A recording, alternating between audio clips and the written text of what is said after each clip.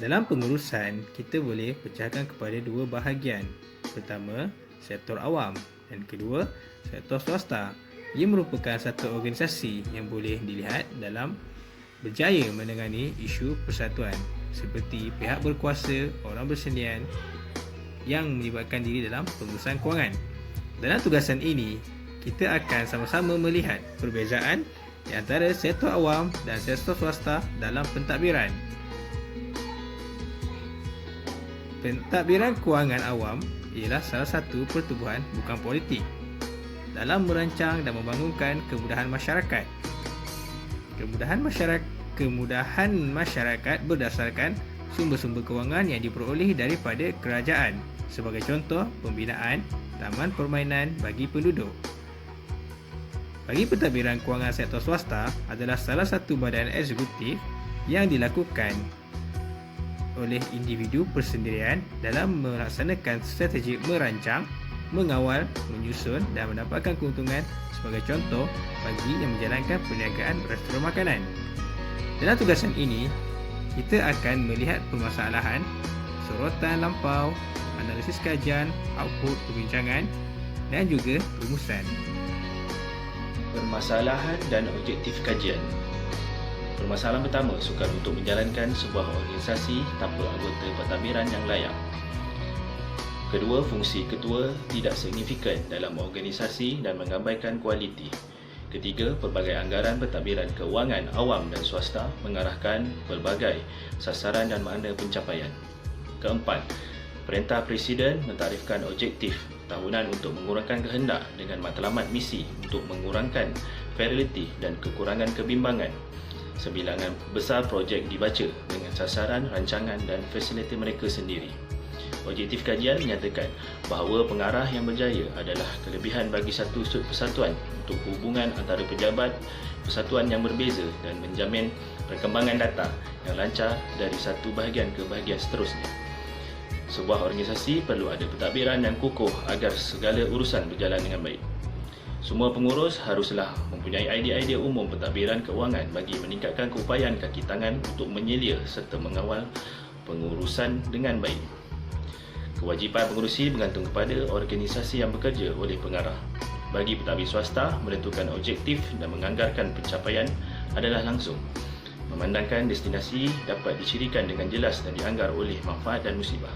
Bagi pengarah awam, sasaran adalah konsep secara keseluruhan agak tidak jelas dan sukar untuk dikuantitikan. Nombor satu, saya menerangkan bertajuk sorotan lampau.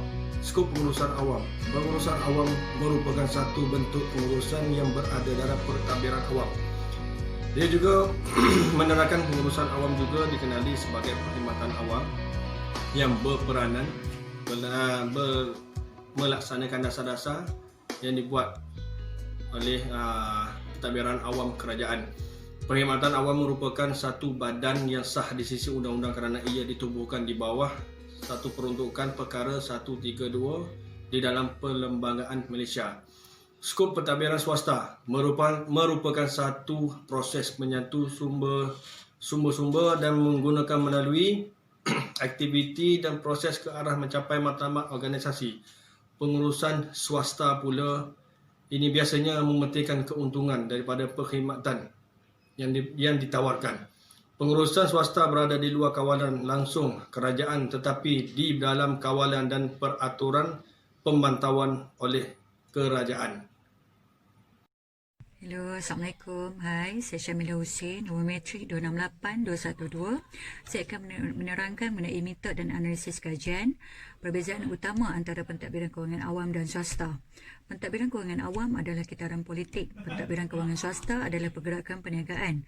Pentadbiran kewangan awam berlaku dalam pengaturan perundangan, manakala pentadbiran kewangan swasta berfungsi dalam struktur selain daripada susunan perundangan.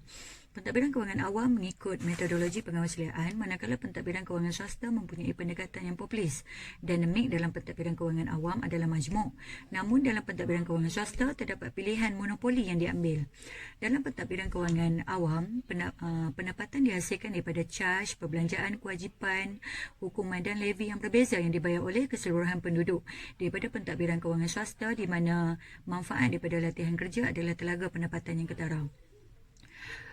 Terdapat juga perbezaan yang ketara mengenai sifat jenis aktiviti dan juga sebahagian besar pentadbiran kewangan awam meliputi semua rantau ini di dalam wad badan perundangan atau negara, manakala pentadbiran kewangan swasta boleh meliputi tugas atau latihan pelbagai negara persatuan yang tersebar di pelbagai bidang kuasa awam atau hanya pejabat kecil yang sangat sedikit. Terdapat juga perbezaan dari segi masa dan pendekatan kerana pentadbiran kewangan awam mempunyai metodologi pengawasliaan, manakala pentadbiran kewangan swasta biasanya mempunyai pendekatan yang libertarian. Objektifnya, sasaran pentadbiran kewangan awam adalah untuk menawarkan sokongan terbaik kepada orang ramai di mana-mana, manakala matlamat pentadbiran kewangan swasta adalah penguatan kekayaan pelabur. Assalamualaikum dan salam sejahtera. Saya Muhammad Sufian bin Zakaria, 267212. Pentadbiran kewangan awam dan pentadbiran kewangan swasta kedua-duanya signifikan bagi sebuah negara dan masyarakat. Pentadbiran awam dan pentadbiran swasta kedua-duanya mempunyai kitaran prosedur bagi menyusun, mengatur, mengawal, menjaga dan mendedahkan struktur kaki tangan dan isu-isu berkaitan. Terdapat banyak perbezaan antara pentadbiran kewangan dan pentadbiran swasta. Pentadbiran kewangan awam bekerja dalam suasana perundangan dan perhatian terhadap niat pentadbiran, dapat bantuan kerajaan dan sebagainya. Pentadbiran kewangan swasta adalah satu langkah perniagaan pilihan, bekerja untuk mendapat faedah ataupun keuntungan. Pentadbiran kewangan awam berjalan dalam suasana perundangan dan itulah sebabnya ia sebalik dipanggil pentadbiran kerajaan. Sebenarnya pentadbiran kewangan swasta adalah kitaran perniagaan, yang itu dianggap sebagai pentadbiran perniagaan. Mereka berdua menganggap bahagian penting dalam menyumbang ke arah kemajuan masyarakat umum dalam pelbagai sudut. Sekian, terima kasih.